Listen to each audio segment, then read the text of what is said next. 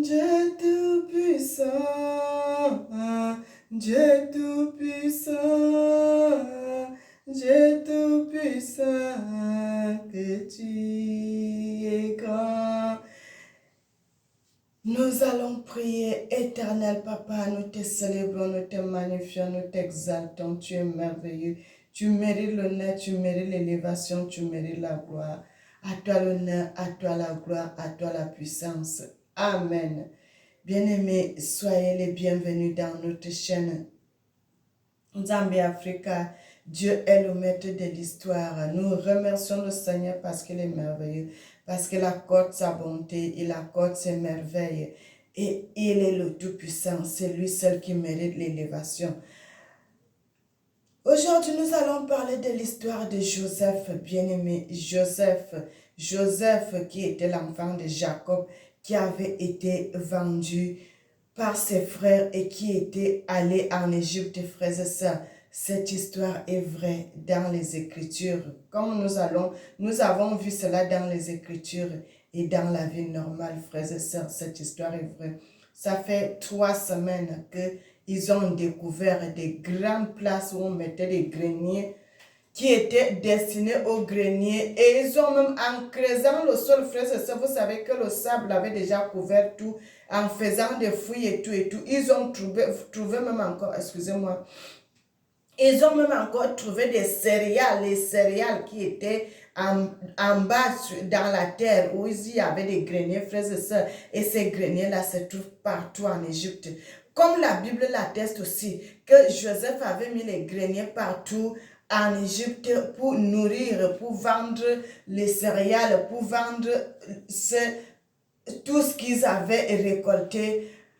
Et il avait mis des greniers partout dans toutes les villes de l'Égypte, frères et sœurs. Et les gens aussi ont trouvé cela bien aimé. Ils ont trouvé des grandes places qui pouvaient contenir parce que le documentaire que j'avais regardé, la dame disait que un seul grenier, une seule place où on mettait le grenier, un seul grenier pouvait nourrir une quantité de personnes, le nombre de 4000 personnes. C'est des grands greniers, frères et sœurs. C'est des grandes places, des grands entrepôts. Vous savez vraiment quand on fait les entrepôts, les hangars quelque part, les grands greniers qu'on faisait dans nos parents faisaient souvent. On dit c'est des grands greniers. Ils ont même trouvé le céréal, frères et sœurs. Le céréal, les graines qui étaient restées dans la terre. Bien-aimé, Dieu, la Bible dit, Dieu a laissé tout ceci pour que ça nous serve de témoignage. Bien-aimé, quand j'avais regardé cela, j'ai remercié le Seigneur. Vous savez qu'à cette époque, les pharaons, que ce soit ceux d'Égypte, que ce soit nos ancêtres, ils étaient tous noirs. Il n'y avait pas de différence, frères et sœurs. À cette époque, tous étaient noirs. Donc, Pharaon, quand il voyait Joseph, il prenait ceci, il savait que c'était son petit cousin. Parce que les enfants de Cham et les enfants de l'autre, c'est des frères, bien-aimés. Et les enfants de Sem, c'est des frères. Et le Seigneur est merveilleux, bien-aimé. Le Seigneur dit que cette histoire a bel et bien été. Joseph a bel et bien vécu en Égypte, bien-aimé. Pourquoi nos ancêtres, jusqu'à ce qu'ils ont été entrés dans l'esclavage? C'est la jalousie. Quand Joseph était mort, bien-aimé, ce n'est pas seulement Joseph qui avait travaillé pour Pharaon. Ses frères aussi, quand ils étaient venus en Égypte, ils avaient travaillé, commencé à perdre le troupeau de Pharaon. L'Égypte était devenue si puissante, un territoire si puissant, tout le monde, l'Afrique était la première puissance, frères et sœurs. Comme vous voyez, les gens viennent chaque, tout le monde va aller en Europe, c'est la même chose. Avec l'Égypte à ce moment, c'était l'Eldorado. Tout le monde voulait aller en Égypte. Tout le monde voulait aller en Égypte, frères et sœurs. Tout le monde voulait aller en Égypte parce que l'Égypte était tellement puissante. L'Égypte était tellement riche, bien-aimé. Et lorsque cet homme est devenu puissant, et il a vu un autre pharaon qui était venu, Il connaissait aussi l'histoire de Joseph, mais à cause de la jalousie, il a vu comment le peuple de Dieu en faisait des enfants, ils faisaient des enfants, ils avaient beaucoup d'enfants. Ils ont commencé à faire la jalousie. Dans la vie normale, frères et sœurs, on dit Gozen, le peuple de Dieu, parce que Joseph, lui, il était dans une autre ville. Il avait pris ses frères et son père. Ils étaient allés vivre à Gozen, où ils devaient perdre le troupeau. La Bible aussi nous dit cela. La ville là, aujourd'hui, on appelle la ville là Gézer, la ville là en Égypte, frères et sœurs, où nos ancêtres avaient vécu. Lorsque ce pharaon était élevé et avait commencé déjà, ils avaient commencé à faire des choses et des choses, il a changé de ville où il était. Il est allé vivre dans la ville de Gozen qu'on appelle Gézer aujourd'hui. La ville là, elle est toujours là en Égypte, on appelle la ville là Gézer. Gézer, frères et sœurs, qu'on a mis Gozen dans la Bible, la ville là, elle est toujours là-bas. Gézer. Et lorsque cet homme est parti donc vivre dans la ville de Gézer, il a vu comment le peuple de Dieu faisait des enfants. Ils étaient en train de faire beaucoup d'enfants.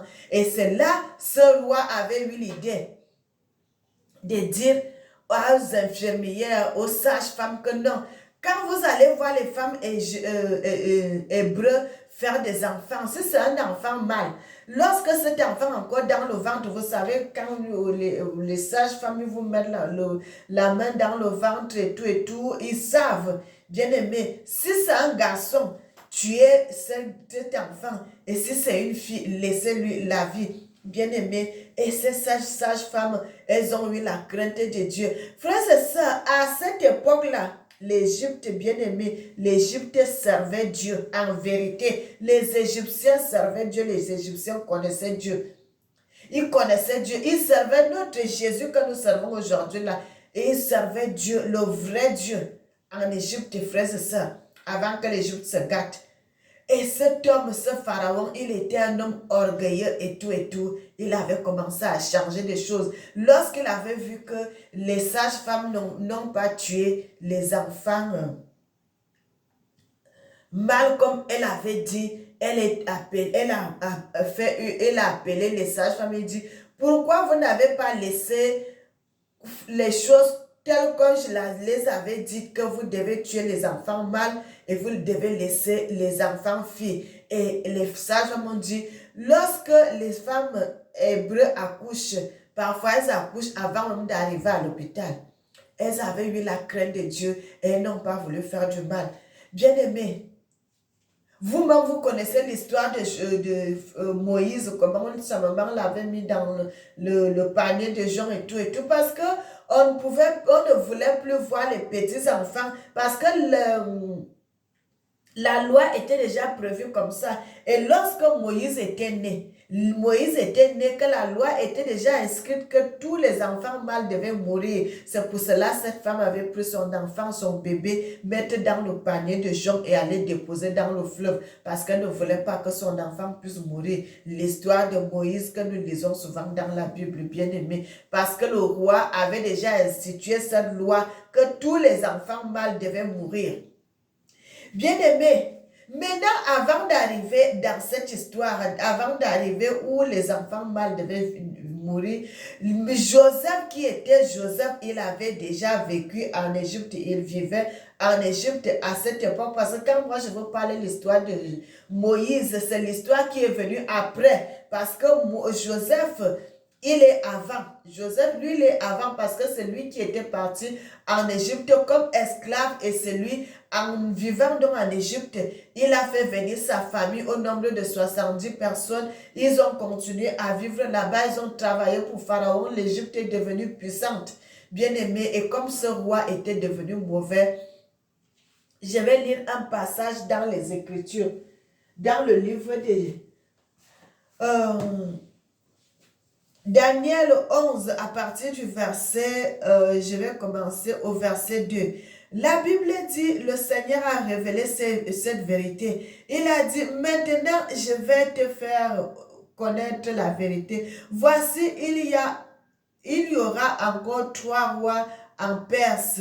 Le 4e amassera plus de richesses que tous les autres, et quand il sera puissant, par ses richesses, il soulèvera tout contre le royaume de Javan, mais il s'élèvera un vaillant roi qui dominera avec une grande puissance et fera ce qu'il voudra. Et lorsqu'il sera élevé, son royaume se brisera et son royaume se brisera et sera divisé vers les quatre vents des cieux. Il n'appartiendra pas à ses descendants et ne sera pas aussi puissant qu'il était, car il sera déchiré et il passera à d'autres qu'à eux. Bien-aimé, le verset, c'est surtout le verset 5, à partir du verset 4 au verset 5, moi, qui me plaît, qui m'intéresse. Le Seigneur dit, le roi qui avait pris la possibilité, l'initiation de mettre le peuple de Dieu en captivité, frères et sœurs, en captivité en Égypte, qui deviennent des esclaves. Le Seigneur l'avait donné quelque chose dans les Écritures. Le Seigneur avait dit déjà ça à notre ancêtre Gangadzubi. Il a dit, cet homme, comme il va faire beaucoup de mal, son royaume sera divisé. Et quand son royaume sera divisé, aucun de ses descendants ne vivra là-bas dans le pays, dans son pays. Bien-aimé, c'est pour cela on vous a toujours dit, l'Égypte que vous voyez aujourd'hui là, les gens qui sont en Égypte, ce n'est pas des vrais Égyptiens. La Bible le confirme, la Bible l'atteste. La Bible dit, ils seront son peuple, ses descendants ne vivront jamais dans son territoire.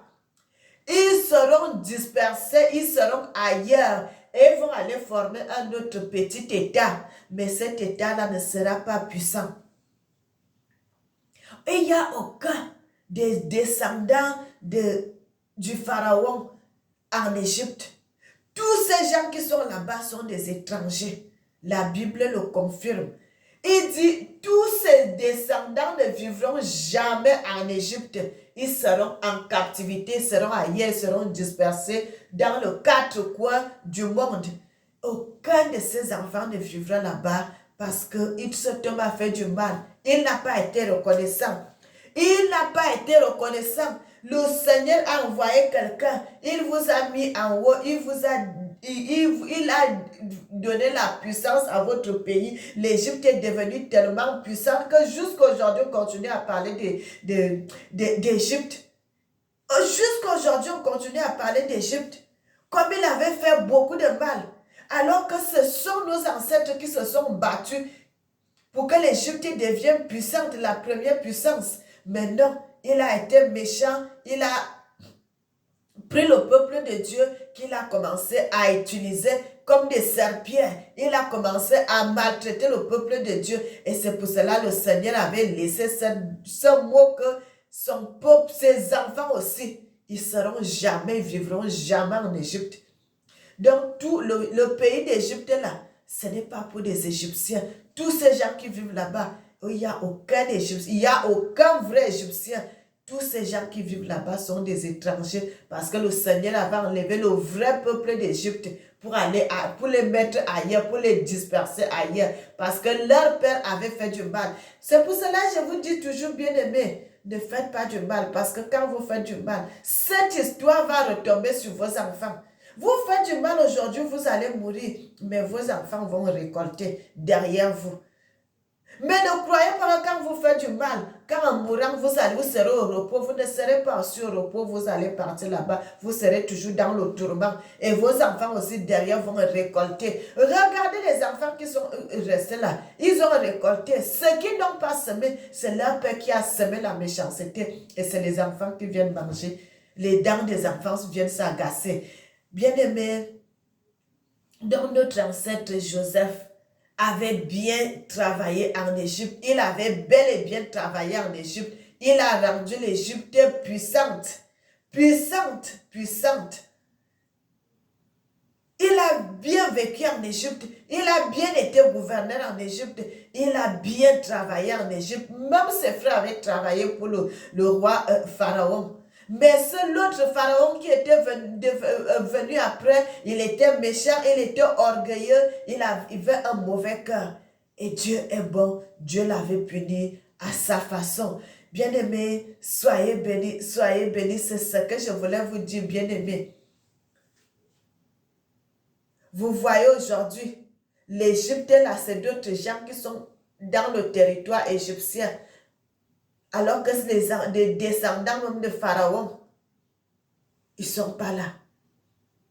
Les monuments, les pyramides qu'on a fait tout partout là-bas, c'est le travail de nos ancêtres. On les frappait, on les déchirait les habits, on les maltraitait. C'est le travail de nos ancêtres que les gens vont souvent, ils regardent les pyramides, Et les Égyptiens aujourd'hui, ils se vantent à cause de ça, à cause du travail de nos ancêtres bien-aimés.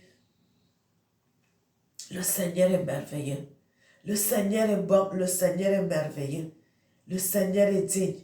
Il est digne d'être loué. Il est digne d'être magnifié. Il est digne d'être exalté. Vous voyez quand les gens font de mauvaises choses, jusqu'à ce que le Seigneur a chassé ses propres enfants de Pharaon. Frères et sœurs, c'est ici, quand on va se séparer, nous allons prier. Éternel Papa, nous te célébrons, nous te magnifions, nous t'exaltons, nous t'élevons. Sois béni notre Père, sois magnifié, sois exalté, et que ton nom soit célébré d'éternité en éternité. N'oubliez jamais que le Seigneur vous aime, mes frères et sœurs, que le Seigneur vous aime. Moi aussi, je vous aime. Et que l'Éternel bénisse l'Afrique. Amen.